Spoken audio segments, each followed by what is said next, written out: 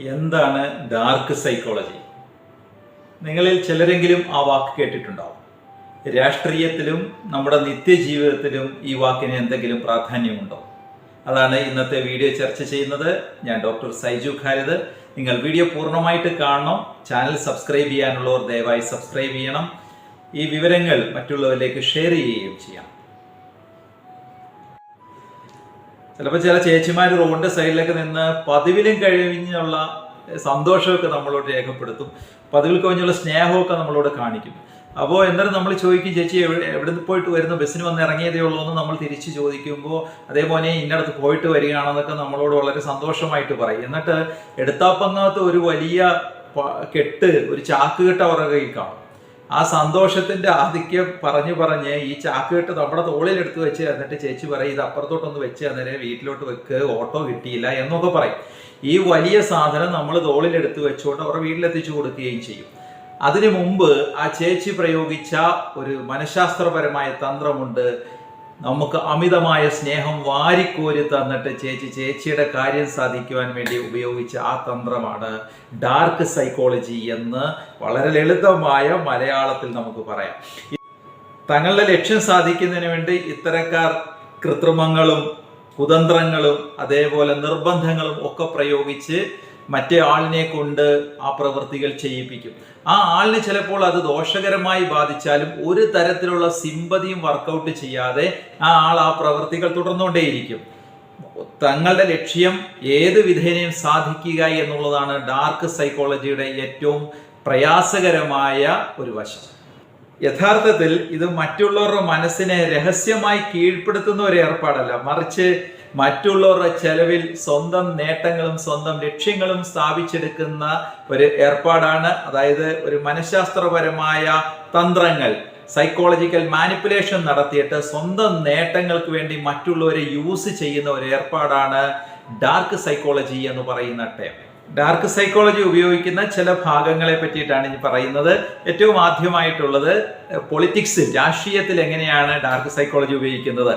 എതിരാളിയുടെ പരമാവധി നെഗറ്റീവ് വശങ്ങളെ ഉയർത്തി കാണിച്ചുകൊണ്ട് താനാണ് അതിലും മെച്ചം എന്ന് കാണിച്ച് വോട്ട് വാങ്ങിക്കാനുള്ള ഒരു തന്ത്രപരമായ നീക്കം അവർ രാഷ്ട്രീയക്കാർ കാണിക്കാറുണ്ട്. കാലാകാലങ്ങളായിട്ട് മനുഷ്യരുടെ ഇടയിൽ ഭീതി വിതയ്ക്കുക, അല്ലെങ്കിൽ എവിടെയെങ്കിലും ഉള്ള പ്രശ്നങ്ങളെ പർവ്വതീകരിച്ച് കാണിച്ചുകൊണ്ട് തങ്ങൾക്കാണ് അതിന് പരിഹാരം കാണാൻ കഴിയുക എന്ന തരത്തിൽ തെറ്റിദ്ധാരണ പരത്തി വോട്ട് തങ്ങളുടെ കൈവശത്തിലേക്ക് കൊണ്ടുവരാനുള്ള ശ്രമങ്ങൾ ഡാർക്ക് സൈക്കോളജിയുടെ ഭാഗമാണ്.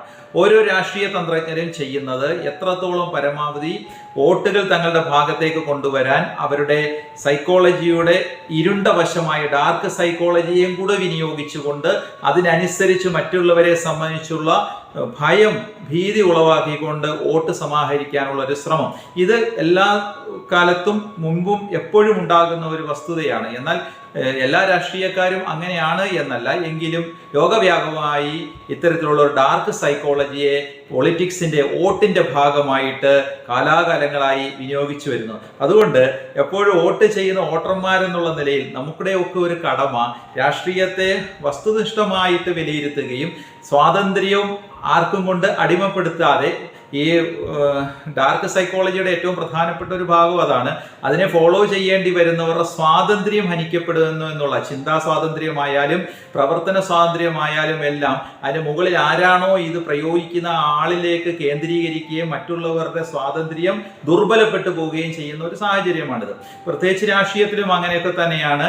ഒരു പ്രധാനപ്പെട്ട ഒരു തീരുമാനം വരുമ്പോൾ ബാക്കിയുള്ളവരും അവരുടെ സ്വാതന്ത്ര്യം പോലും വിനിയോഗിക്കാതെ, ചിന്താ സ്വാതന്ത്ര്യം പോലും വിനിയോഗിക്കാതെ ഒരു സൈഡിലേക്ക് അത് ചാനലൈസ് ചെയ്യപ്പെടുന്ന ഒരവസ്ഥയുമുണ്ട്.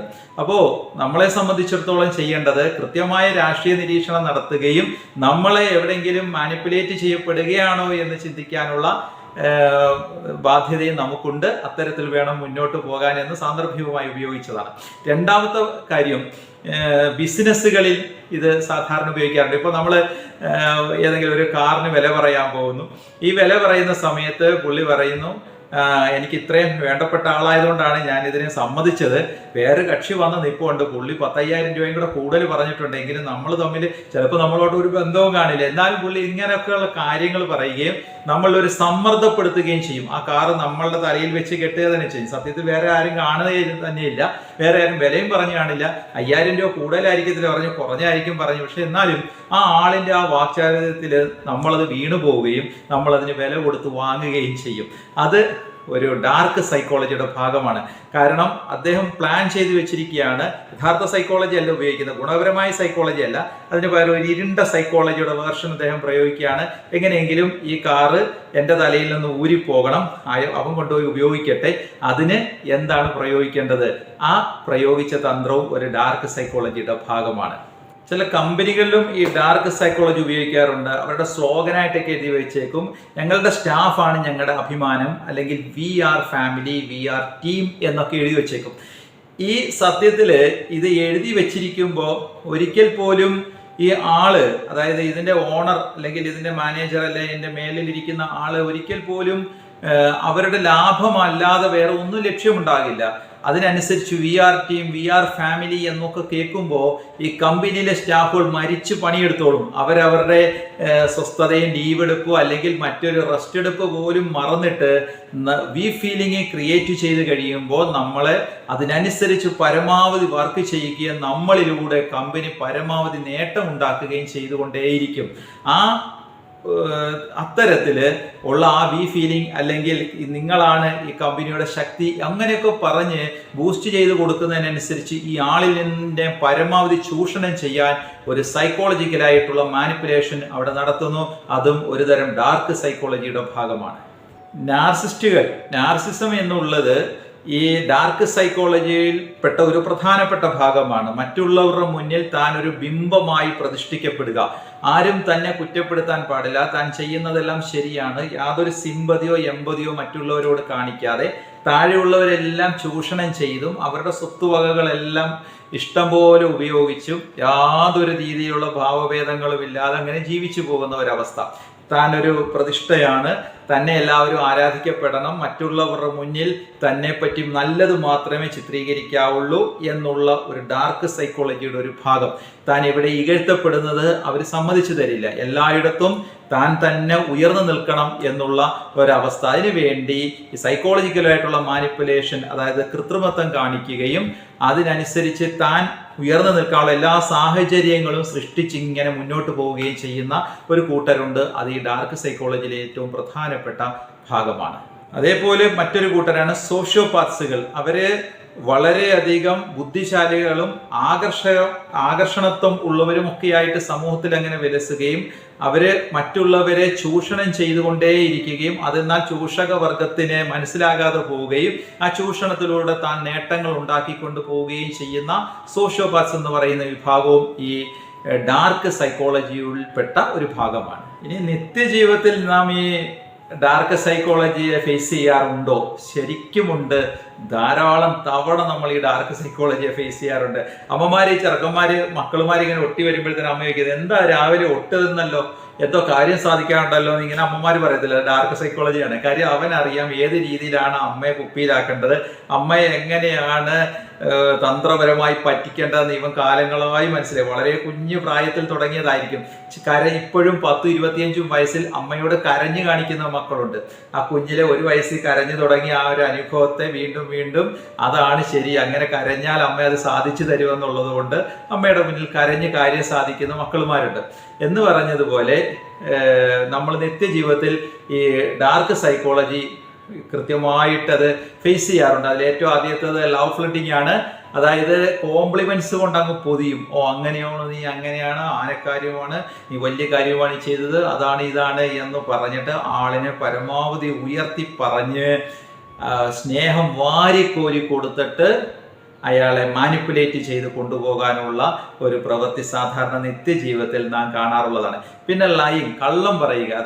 അതായത് ഏതെങ്കിലും ഒരു കാര്യത്തെ പറ്റി പെരുപ്പിച്ച് കാട്ടുക, കള്ളക്കഥ ഉണ്ടാക്കിയിട്ട് സത്യമാണ് എന്ന് നമ്മളെ വിശ്വസിപ്പിച്ചു. ഈ കഥ ഇങ്ങനെ പറഞ്ഞു വന്നിട്ട് അതാണ് ശരി, മറ്റതെല്ലാം തെറ്റാണ്, ഇപ്പൊ ഈ ഉണ്ടാക്കിയ കഥയാണ് ശരി എന്ന് നമ്മൾ വിശ്വസിച്ചു പോകുന്ന തരത്തിൽ നമ്മളെ വിശ്വസിപ്പിക്കുന്ന ചില ആൾക്കാരുണ്ട്. അത് ഡാർക്ക് സൈക്കോളജിയുടെ ഒരു ഭാഗമാണ്. മനഃപൂർവ്വം കഥ ക്രിയേറ്റ് ചെയ്തിട്ട് നമ്മുടെ റൂട്ട് മാറ്റി വിടിച്ചിട്ട് നമ്മളെ വിശ്വാസത്തെ അവർ ചൂഷണം ചെയ്യുകയും അവരുടെ വ്യക്തിപരമായ നേട്ടത്തിന് ഉപയോഗിക്കുകയും ചെയ്യുന്ന ഒരു കാര്യമാണ് അത്.